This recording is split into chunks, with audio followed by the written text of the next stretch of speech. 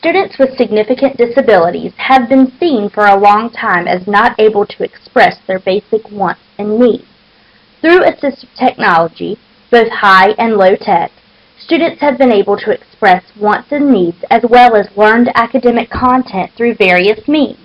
Here are some examples of multiple means of expression. This is an example of a low-tech choice board made of laminated cards. Students can make choices through the cards. In this picture, it has all the software programs that a student could use on a particular computer.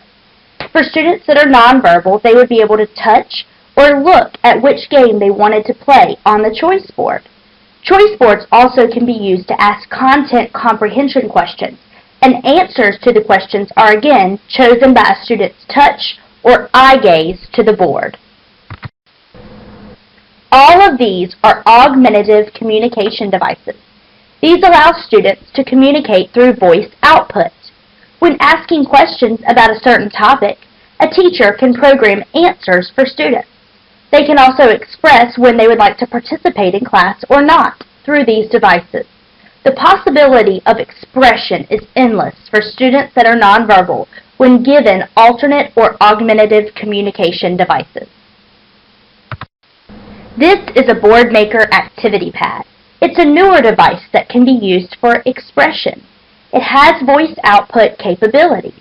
In the example shown here, the students were choosing between oil and water for a science experiment.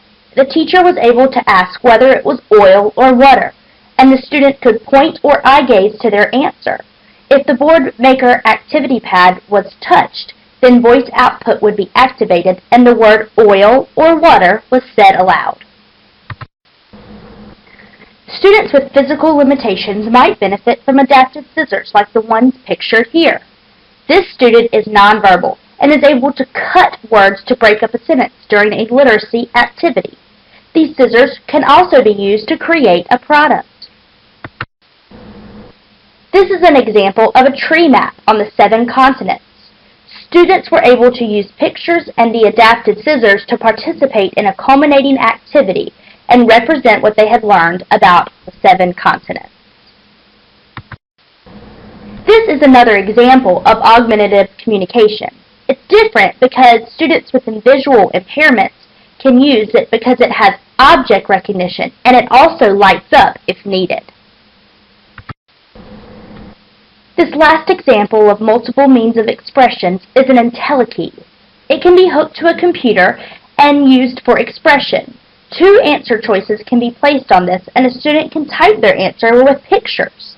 Also, an adaptive keyboard overlay can be used on the IntelliKeys, and students that would not be able to use a standard keyboard could use the IntelliKeys to type what they would like to express.